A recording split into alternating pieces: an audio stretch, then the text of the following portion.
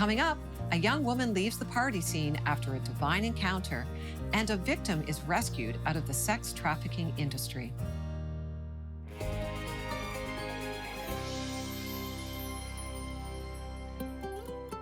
Well, we have a wonderful show for you today and all week. Thank you for joining us at 700 Club Canada. It's our week of giving thanks. That's right, giving thanks. Do you know that actually science is proving through their study of the brain that the more we are thankful, the smarter we become? So I don't know about you, but I'm investing a lot of time in thankfulness now, especially as I'm getting older, because it's actually healthy for your brain to be thankful.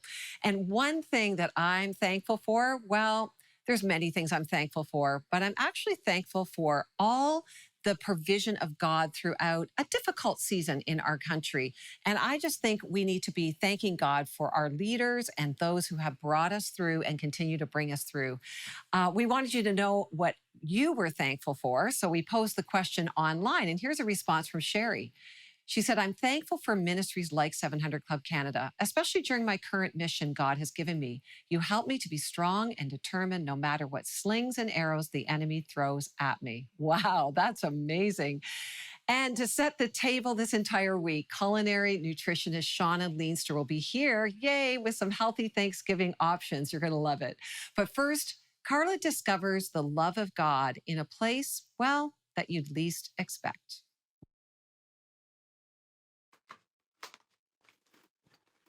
I'm Carla Pratico, and Jesus saved me in a bar. My whole life, I was really just looking for people to approve of me and looking for, love. I was really good at school. I was president of my high school and then went on to college and joined probably about 15 different kind of honor societies or leadership organizations. And I really was looking just to feel important. Really agreed with the lie that unless I had this achievement, I really wasn't valuable. I was just looking for every avenue I could to feel important and to feel valuable. I became addicted to the achievement. I grew up in a Christian home, and I would say that I knew about Jesus on some measure. I never really believed that he cared much about me. After college, I got the apprenticeship of my absolute dreams. I moved to New York City to work with a Fortune 500 leadership consultant. Just got very quickly caught up into the nightlife scene. All consumed with partying and drinking and promiscuous activity. By day, I was kind of walking in this dream job, and then by night, I was staying up till 4 in the morning at clubs. I was surrounded by so much money. I'm surrounded by famous people, and I'm sort of like, who am I in this room? I'm a 22-year-old. What am I even doing here? These rich men would pay for me to get into these really expensive high-end places. Even just to get through the door was $1,000, not to mention the bottle service and the table. I mean, you could easily spend $5 to $10 grand a night. I was drinking 3 or 4 times a week, blackout drunk. It did help me escape kind of some of that pain that I was experiencing from just rejection and not feeling worthy and not feeling lovable. Escaping that pain was something I did with alcohol, and then the promiscuity, that piece was really trying to convince myself that I was lovable. It's like, if someone will take me home, that means I must be lovable. Then you wake up in the morning and they don't even remember your name. So I had been partying at night, working during the day, and my birthday was coming up. And so I invited what I call my nighttime friends to join me for my birthday. Only one person showed up. It was so sad. And she ends up going home, and I decide to stay at this bar by myself on my 23rd birthday. At this point, I'm like, well, I may as well find somebody to go home with. I'm talking to this guy. I'm vodka soda drunk, and I hear a voice, and it says, "This is not your life."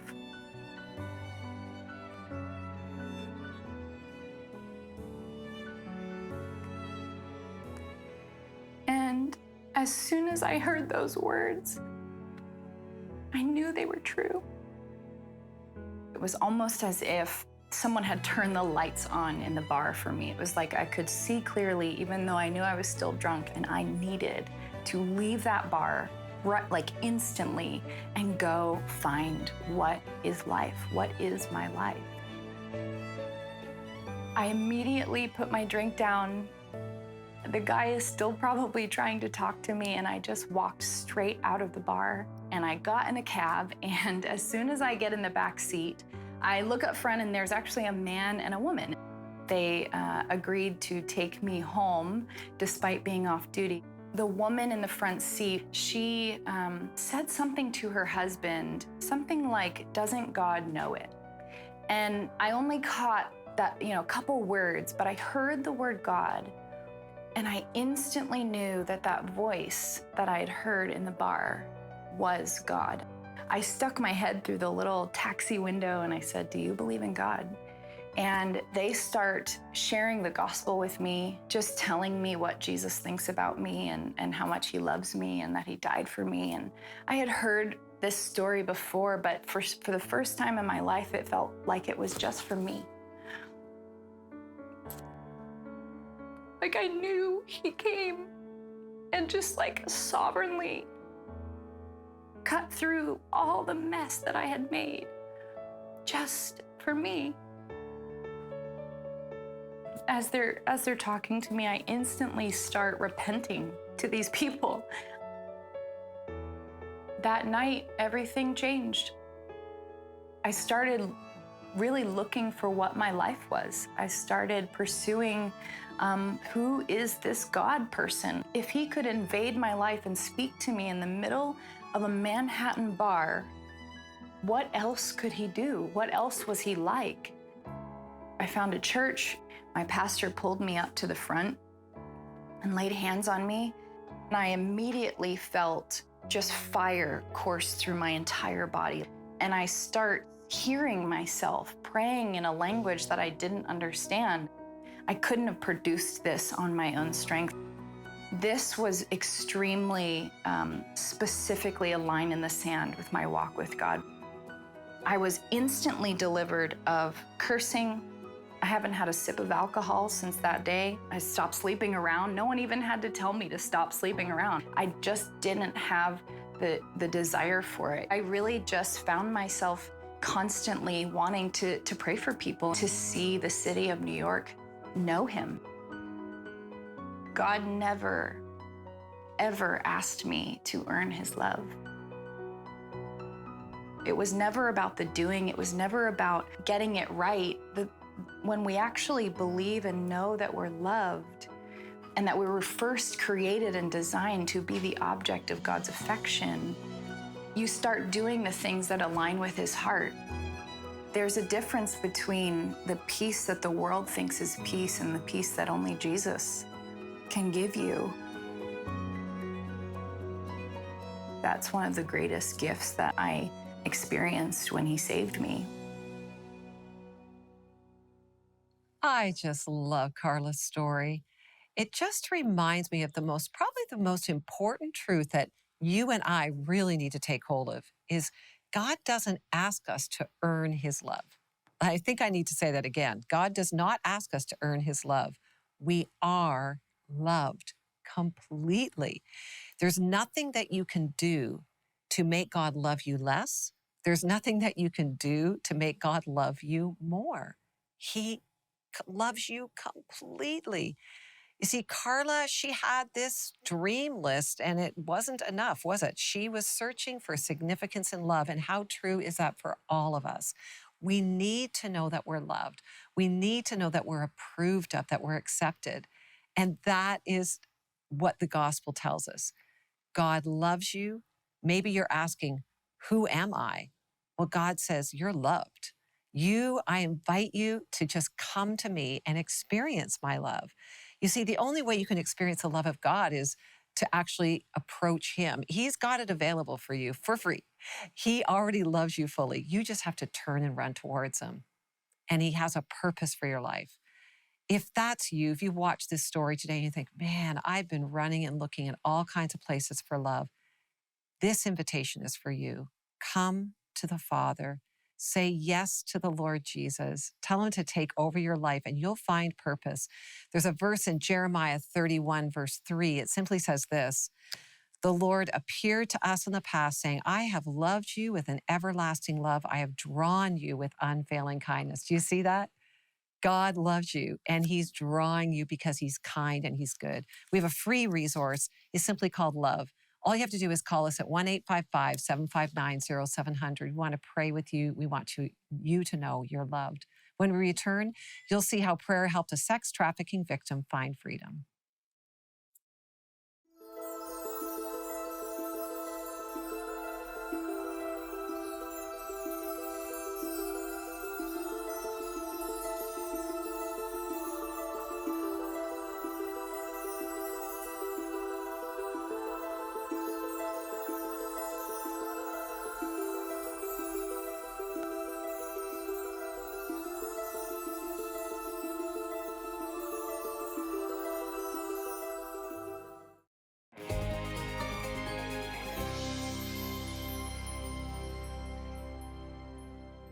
I got held at gunpoint, and they told me that there is no escaping, there is no leaving, there is no telling.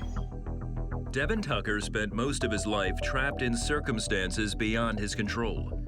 It started with childhood neglect by his parents that shaped his view of himself and the world. I felt empty, just like nobody cared.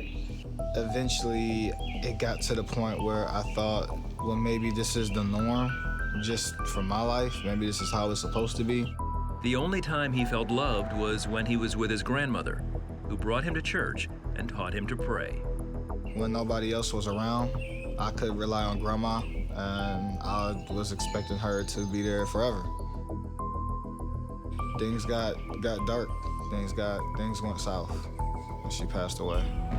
By the time he was in middle school, he'd run away from home and traded arguments with his mom for chaos on the streets of Detroit. In the years that followed, Devin made thousands of dollars selling drugs.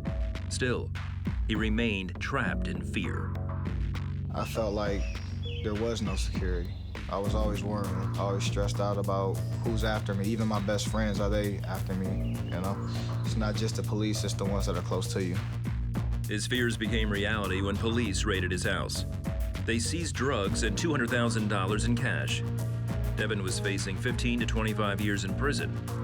As he sat in jail waiting for trial, he remembered what his grandmother taught him about prayer. So I prayed in jail, and I said, God, I don't know if you're real or not, but if you are, if you let me go, I'll stop selling drugs. I'll quit. Went to court, had my hearing, and I was free. Devin was released on a technicality and never sold drugs again. Needing income, he joined a company that takes young people state to state selling magazines. He soon found out it was a front for a sex trafficking ring. I was stuck. There's no getting out. I was held at gunpoint, and I've watched people get beaten, left almost for dead. Where am I gonna go if I'm being followed in every room? Where am I gonna go if there's a van following me in every neighborhood? Who am I gonna call? I don't have a cell phone. You get desperate for freedom, but then you also give up. It's like, why try? Why bother when all angles have been blocked off? For the next year and a half, Devin was forced to have sex with strangers. Trafficked through 11 states, and desperate for freedom, he spent 3 days praying for rescue. Then the next day, while selling magazines, he knocked on the door of a family involved with Florida Abolitionists, a group dedicated to freeing people from sex slavery. They sensed he was in danger and offered him help. He says, do you want help? The way he looked at me, the way he said it, I had an understanding. You want to help me leave my situation. The family was able to rescue Devin from his captors and gave him new hope. He said something that triggered. He said, for God so loved the world, John 3:16, that he gave his only begotten son. Then he quoted it different. He said, for God so loved Devin that he gave his only begotten son. And it hit me personally in a way. And I thought about the times I've been shot, stabbed, locked up, the times that I went through, like throughout just my whole life, from elementary all the way up until, now, like, you did this because you loved me. This was not just saving me from hell. You love me. And that reality is what, yes, Lord, I accept you as my Lord and Savior. Thank you for what you did for me. That day, Devin was rescued physically and spiritually. When he surrendered his life to Christ, he was finally set free. Everything that I never had, he completely did the opposite and turned it around and gave it to me. Complete restoration. It had to start out with God's grace, and that's what I'm thankful for, just the blessings that come with it. And I mean blessings in the sense of just being able to wake up and feel the freedom. God has given me a family. I just thank God for every ounce of it, every drop. He shares his story, hoping others who are being trafficked will find help as they cry out to God for freedom. God hears you. Every prayer, every thought, and there is hope.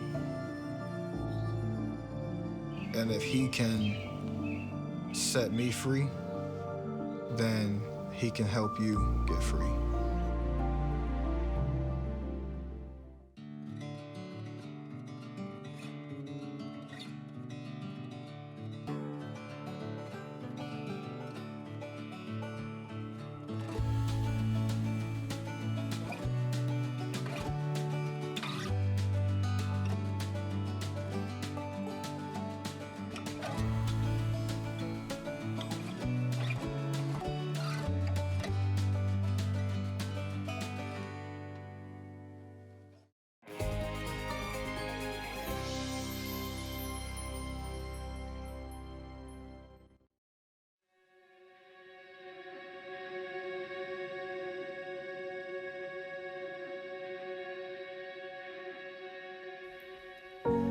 Ever feel like you're going round in circles, seeing the same patterns in life, the same scenery over and over again? Same stuff, different day. Well, just imagine for a moment doing that for 40 years straight. Well, for the people of Israel, that is exactly what they went through. After a pretty spectacular exit from Egypt, the path to the Promised Land seemed fairly easy. In fact, it is estimated that the journey from captivity to the new land ahead should have taken around 11 days. That is insane, right? 11 days turns into 40 years of wandering around the desert, going around the same mountain over and over again. You know, from our wonderful position of hindsight, we laugh at the craziness of the Israelites, drawing out this relatively short road trip into a generation-long trudge through the desert. But we'd never do that, right? Wrong. Well, in so many ways, we do exactly the same as the Israelites. We wander around the same mountain, not learning the lessons that God is teaching us, thinking that we know a better way. Although it may not be a physical thing, how often have we walked around the mountain of unforgiveness, or trudged through the desert of pride, or walked through the valley of anger? I know for me it's more times than it should be, but in my stubbornness to go my own way, I've missed the prompting of God and His leading. Instead, opting to ignore the heavenly sat-nav and just loop around again. But in His mercy, He leads us back to the place where we need to be. And He gives us chance after chance to choose another way. More than that, he sticks with us, never leaving us at any point on the journey, even if we have gone the opposite direction. I don't know about you, but I don't want to wander around all the same issues all the time, circling the same fears, the same disappointments, the same frustrations. I want my journey to maturity to be closer to 11 days than 40 years. But you know, that doesn't happen by accident. We must allow our ears and our eyes to be open to the prompting of God, taking time to stop at the crossroad moments and seek Him for direction. We have to deal with what is in the road ahead and learn from that journey so that we can walk into all that God has for us. Ever feel like you're going in circles? I pray that today we might determine in our hearts that no longer will we walk the same path around the same mountain, but we will, with God's help, press on to the land and inheritance that awaits us beyond. Bless you.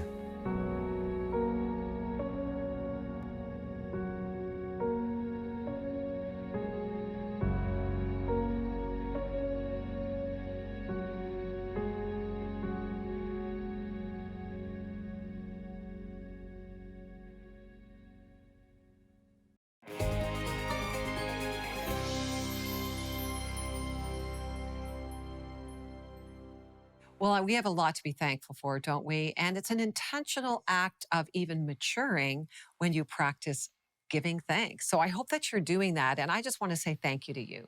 Thank you to those of you who have chosen to partner with us. By becoming a partner at 700 Club Canada, you are making a difference. You're enabling the gospel to be spread across our land. And as a way of saying thanks for joining us, when you become a partner with us, we have a new DVD called The Nearness of Heaven. So maybe you haven't joined yet. Why don't you give us a call at 1-855-759-0700, and we'd love for you to join the 700 Club Canada family as we make a difference together. We'll be right back with a different twist on Thanksgiving dinner with culinary nutritionist Shauna Leinster. Abigail had braced herself for this moment, a battle with cancer. The Grim Reaper was standing at the foot of my bed. Abigail says she then saw a vision of herself with Jesus in Jerusalem. He walked her past the cross and into the tomb. And he said, Abigail, when I sat up, you sat up. And then he walked to the entrance of the tomb. And in that moment, I knew. The Nearness of Heaven, available now. The latest teaching from Gordon Robertson.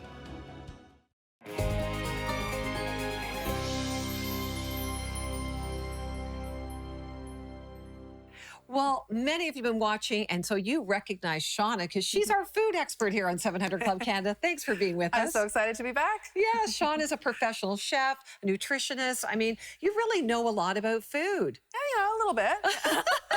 The apple. Is there anything spectacular about the apple? Absolutely. I mean, it's a Canadian gem, and right here in Ontario, this is prime time for apples, and I'm excited to showcase it for Thanksgiving because it is such a wonderful fruit, and you can have it raw, you can bake with it. There's so many different ways you can enjoy an apple. Well, there's many different types of apples. Even in this bunch here, there's many different types. So tell us a little bit about the different types of apples. Yeah, so the best ones I find to serve raw are the ones that are really sweet and crisp and a little bit tart. So Fuji, Gala, and Red Delicious are best served raw. And the ones that are best served for cooking would be the Granny Smith, Golden Delicious, and Macintosh, because they retain their shape. So when you bake them, they're not going to just turn into mush. You know what? Okay, so when I bake apples, before you get to your baking here, they turn brown. Yes. Right? Like, what is the trick towards my brown apples? They do oxidize as soon as they touch air. So it's nice to have a slice of lemon on hand. So you can rub the lemon right over the slice, or even squeeze the lemon with a little bit of water as well. Shake it up in a bowl, and then they'll stay fresh until you're ready to use them. Well, there you have it from the expert. Okay, before you show us this incredible, I think we're seeing applesauce. We got some apple pie. We put out a questionnaire. We polled our audience, and we asked them cranberry sauce versus homemade. So first of all, before I tell you what they said, what's yours? Well, I mean, got to be homemade. Homemade, of course. The cook is not going to say from the can. Well, 6 votes for can and 14 for homemade. Okay, good, So you're good. right. Yes, you're make right. your cranberry sauce. And you know what? I'm sure making cranberry sauce is similar to making applesauce, but what is going on with this applesauce? Yes. It looks rich and delicious. Yes, so I made a raw applesauce. Okay. So I slice up some apples, throw it in a blender, put the lemon juice, because that's going to Okay. prevent it from turning brown, Yeah. of course. And it is brown because I added loads of cinnamon to it. And I sweetened it with medjool dates. So blend that Oh, all my for a minute. goodness. You have naturally sweet raw applesauce. It's high in antioxidants. We know how amazing apples are for you. Yeah. They're great for your immune system, high in vitamin C, and very high in fiber as well, which is why they're such a filling snack to have midday. Right. And so an apple a day keeps the doctor away. Is true. It is true. So back to this applesauce, the dates. That's so interesting. How do you buy the dates? I like medjool dates, so the Okay. fresh, larger ones. Yeah. Yeah, you'll see the sign. And can you get them pitted or unpitted? You can get either one. I like Okay. to get them pitted. It's less work for you, Yeah, but they are yeah. a little more cost effective if you Okay. get the ones with the pit still in there. Well, I want to taste this applesauce. And Yes. if you want to know Shauna's recipes, go to 700club.ca and all of her recipes every day this week are going to be there. And you're going to want to download them, print them off, and get cooking in the kitchen. Yes. Okay, so this applesauce, I'm sure you can see just how rich and creamy it is. Yes. Amazing. So the date is the sweetness. The date is a sweetener. The cinnamon adds that little kick and the antioxidants as Wow. well. And it's a great condiment at Thanksgiving. I mean, we were talking about cranberry sauce, which Can of I keep course- eating while you Please keep keep talking? eating. Okay, good. Enjoy it. Cranberry sauce, I love cranberry sauce as well. But having applesauce on the table next to your cranberry sauce, it gives Yeah. your guests more options. And it's great with turkey. Even mix it with the cranberry sauce. I'll spice things Wow. up a little bit. Oh, I never even thought about that. See, we're going to learn all new ideas this week. So, you know, as we're eating here, I'm thinking I'm very thankful for this applesauce. I'm not going to lie. Is there anything you're thankful for, Shauna? I'm thankful for being able to give thanks. Yeah. Just being able to take that time Right. every single morning to be grateful, Yeah. to wake up for the breath in my lungs. Yeah. I'm so thankful. I'm thankful that what the Lord does each and every day in my life. Is that a practice of yours? It is, yes. Then you have a healthy brain. Yes. Because that's what the brain's research says. I want to just quickly, this beautiful apple pie here, it's got a crumble top. Any tricks to making a great apple pie? Choosing the right apple, which I Ah. mentioned earlier. You want to use an apple that retains its shape, Yeah. so you still have texture to your apple pie. Right, right. Amount of apples per sugar. What's your theory on that? If you have a good apple, you don't need that much sugar. Okay. That's my advice there. Wow, there you go. Or even using a good quality sugar such as the medjool dates. Yeah. You can use a date syrup. You can use sucanat. Sucanat is a natural sugar as well that hasn't been refined. Wow. A lot of great sugar alternatives. Well, that is good because we're going to need a little help with our diet this week. We're going to be learning so many great things. Thanks for joining us. Thank you, Shauna, for being with us. My pleasure. Stay tuned all week and give thanks today. We have lots to be thankful for. Thanks. To contact us, visit 700club.ca. Tomorrow on the 700 Club Canada, a Thanksgiving miracle after carbon monoxide poisoning.